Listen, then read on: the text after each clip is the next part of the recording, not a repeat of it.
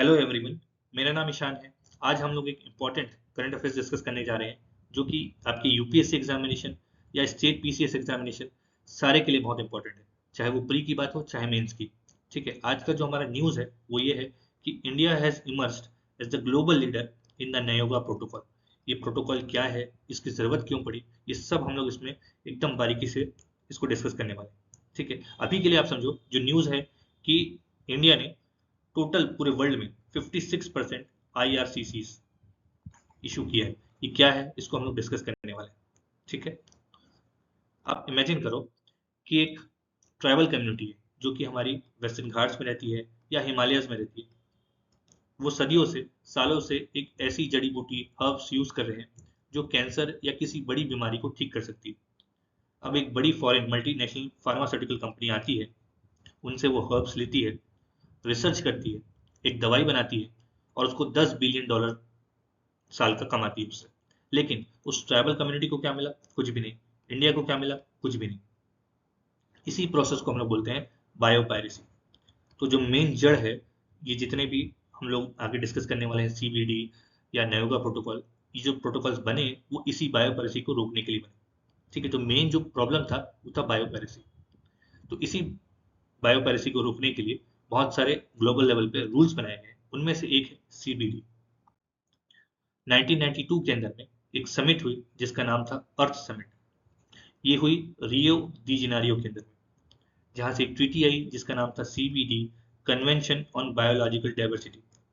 इसके अंदर में तीन मेन गोल्स थे। पहला है कंजर्वेशन, दूसरा है सस्टेनेबल यूज, तीसरा है fair and equitable sharing of benefits. एक एक करके समझते हैं। कंजर्वेशन का मतलब हो गया बायोडाइवर्सिटी को बचाना।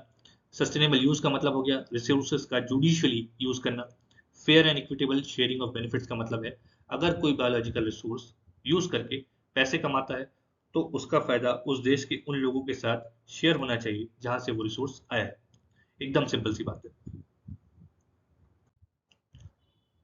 अब बात करते हैं नयोगा प्रोटोकॉल की। इसकी जरूरत क्यों पड़ी? जैसे कि हम लोगों ने देखा सीबीडी के अंदर में जो तीसरा गोल था बेनिफिट शेयरिंग को लेके, तो ये कैसे होगा, इसके रूल्स क्या होंगे, इसके लिए 2010 के अंदर में जापान के एक शहर में एक प्रोटोकॉल साइन हुआ जिसका नाम था नयोगा प्रोटोकॉल। ठीक है, ऑन एबीएस। एबीएस क्या है इसको समझते हैं। एबीएस का मतलब होता है एक्सेस एंड बेनिफिट शेयरिंग। यानी अगर आपको एक्सेस चाहिए तो पहले परमिशन लो, टर्म्स फिक्स करो, म्यूचुअल एग्रीमेंट करो और फिर बेनिफिट्स को शेयर करो। सिंपल।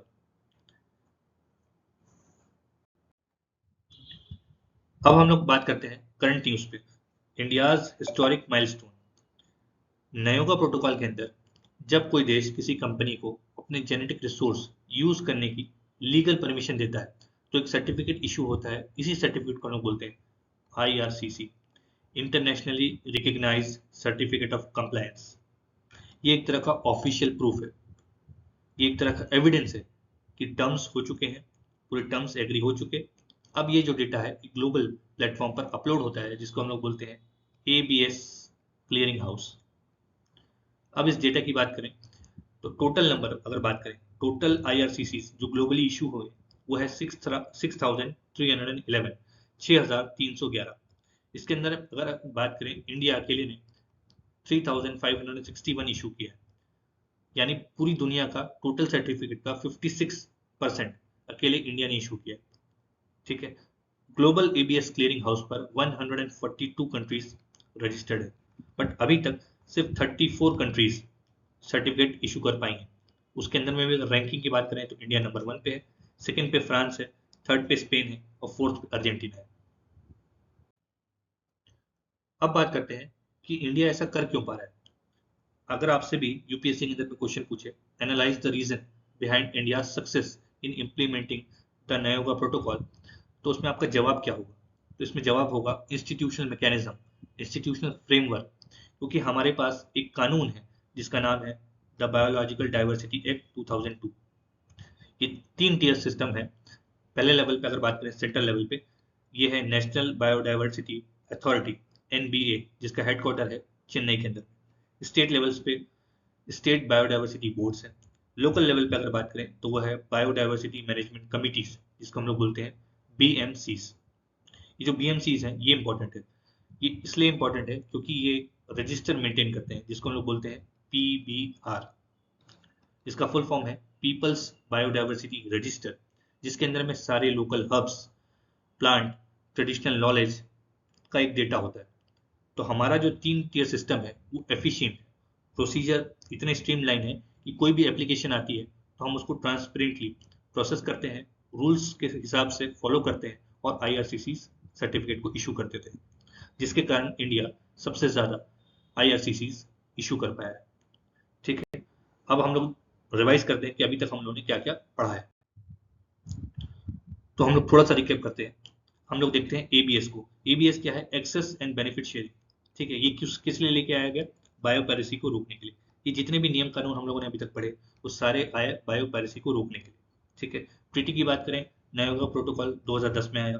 सीबीडी का रूल नंबर 3 था बेनिफिट शेयरिंग को लेकर, जिसकी वजह से नायोगा प्रोटोकॉल आया। फिर सर्टिफिकेट की बात करें तो ये है आईआरसीसी, ये एक तरह का ऑफिशियल प्रूफ है। ठीक है, करेंट न्यूज की बात करें, इंडिया नंबर 1 है आईआरसीसी इशू करने के मामले में। ठीक है, 56% of the global IRCC India ने अकेले ही किया इशू। फिर अगर बात करें इंडियन लॉ की, तो हमारे पास जो कानून है जिसकी वजह से हम लोग इतना स्ट्रीमलाइन कर पा रहे हैं प्रोसेस को, वो है बायोलॉजिकल डाइवर्सिटी एक्ट 2002, जो कि 3 लेवल्स पे काम करता है। सेंट्रल लेवल पे है एनबीए, स्टेट लेवल पे है एसबीबी और लोकल लेवल पर है बीएमसी। ठीक है, थैंक यू।